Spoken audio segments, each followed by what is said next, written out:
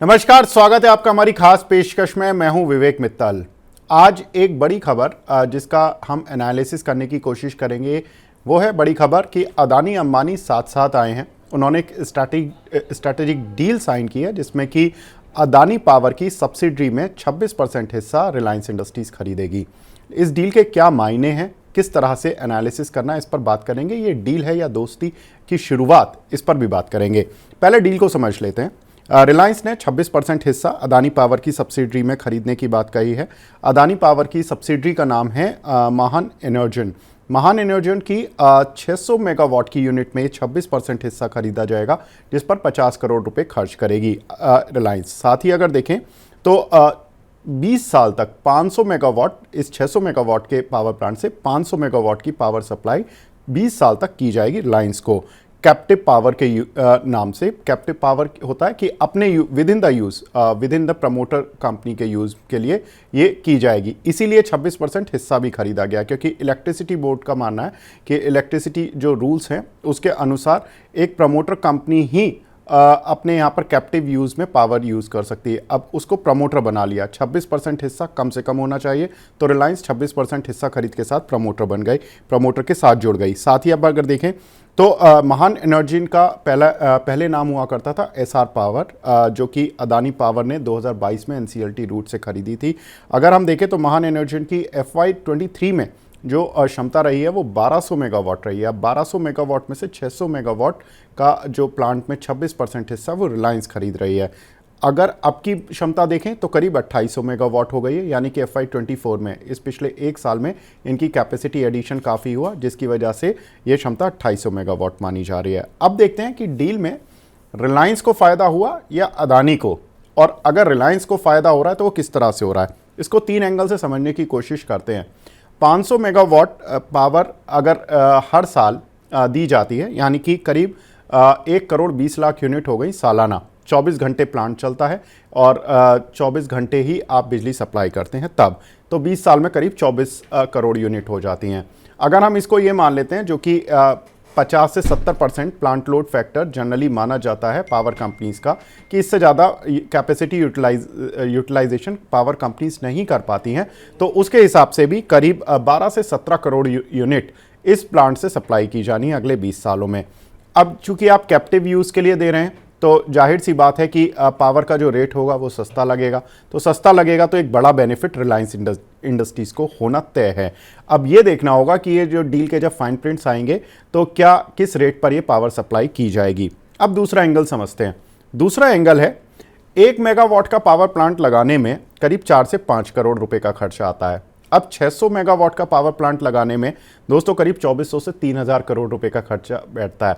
अब उसका 26% हिस्सा अगर हम कैलकुलेट कर देखें तो करीब 624 से 780 करोड़, यानी कि 600 से 800 करोड़ मोटा मोटा पकड़ लेते हैं कि इस बीच में स्टेक बिकना चाहिए था, लेकिन उन्होंने केवल 50 करोड़ रुपए में ये डील साइन कर दी।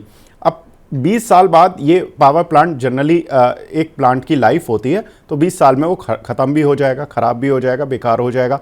तो अगर आप 600 से 800 करोड़ की जो डील है वो 50 करोड़ में कर रहे हैं, तो ये शेयर होल्डर्स के लिहाज से ये डील हम कह सकते हैं कि सस्ती है रिलायंस इंडस्ट्रीज़ के लिए, और अदानी पावर के लिए थोड़ी सी इतनी अच्छी डील नहीं मानी जाएगी। साथ ही अगर देखें तो महान एनर्जी के फाइनेंशियल देख लेते हैं, उससे पता लग जाएगा कि तीसरा एंगल क्या है।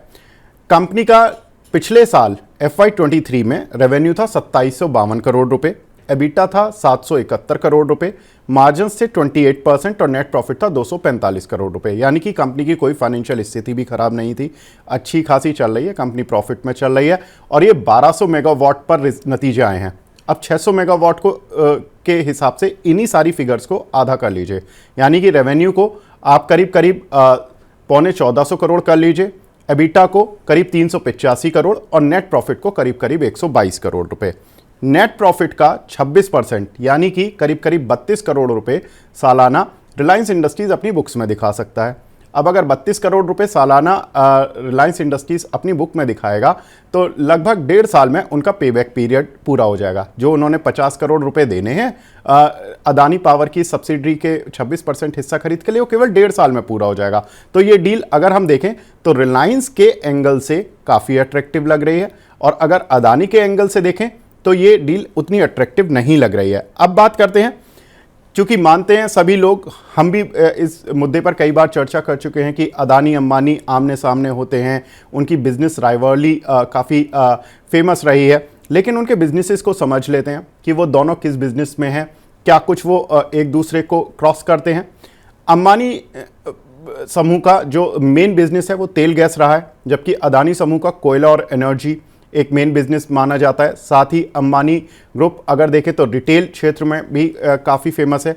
वहीं अदानी ग्रुप एफएमसीजी सेक्टर में काफ़ी प्रचलित है, क्योंकि अदानी विल्मर के थ्रू ये अपना जो एडिबल ऑयल का जो बिज़नेस है, सनफ्लावर ऑयल का जो बिज़नेस है वो करते हैं। साथ ही अब चावल, बेसन, गेहूं इन सभी में भी उतर चुके हैं, तो एफएमसीजी बिज़नेस पर भी कंपनी का काफ़ी फोकस रहता है।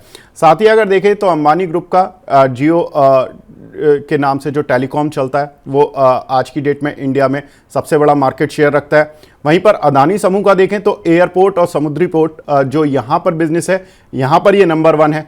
तो इन दोनों की बिजनेस राइवलरी एक दूसरे को अलग अलग सेगमेंट में रहती है, इनकी एक दूसरे को क्रॉस नहीं करती है।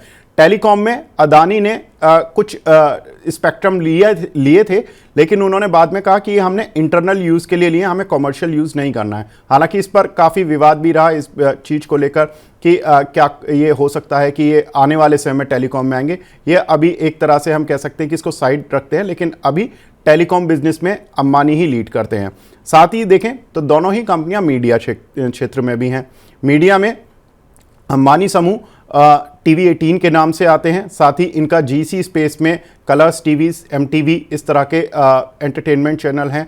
जियो सिनेमा भी इनका आता है, जबकि अदानी समूह का जो मीडिया क्षेत्र में बिजनेस है वो एनडीटीवी के थ्रू है। तो मीडिया क्षेत्र में इनकी जो राइवलरी है वो थोड़ी लिमिटेड है।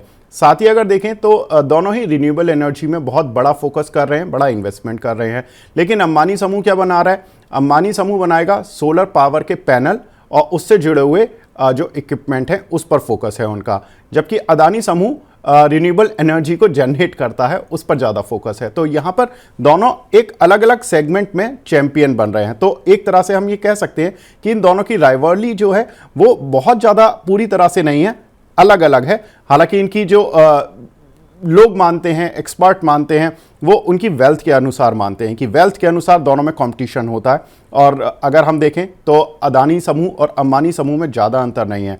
अगर मुकेश अंबानी जी की पर्सनल वेल्थ देखें, जो उनकी टोटल वेल्थ मानी जाती है ब्लूमबर्ग इंडेक्स के अनुसार, तो कल की क्लोजिंग यानी कि 28 मार्च की क्लोजिंग के अनुसार 113.8 बिलियन डॉलर थी। वहीं अगर अदानी जी की देखें तो जो नेट वेल्थ थी वो 97.2 बिलियन डॉलर।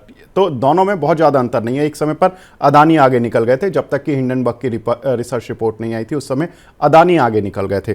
तो कुल मिलाकर ये कह सकते हैं कि इनकी जो एक अभी तक एक कंपटीशन चल रहा था वो कंपटीशन अब कहीं हद तक थमता हुआ दिखाई दे रहा है। और ये जो डील है ये दोस्ती की शुरुआत है या एक स्ट्रैटेजिक बिजनेस की शुरुआत है, इसको तो नहीं कहा जा सकता। लेकिन अभी तक डील को देख के तो जरूर ऐसा लगता है कि इस डील में रिलायंस का अपर हैंड रहा है और अदानी समूह का थोड़ा सा इस डील की वैल्यूएशन को देखते हुए थोड़ा लोअर एंड ही रहा है। तो यहाँ पर कुल मिलाकर ये कह सकते हैं कि ये डील पॉजिटिव रही है रिलायंस के लिए और नेगेटिव है अभी अदानी पावर समूह के लिए। तो इस खास पेशकश को यहीं पर समाप्त करते हैं। नमस्कार।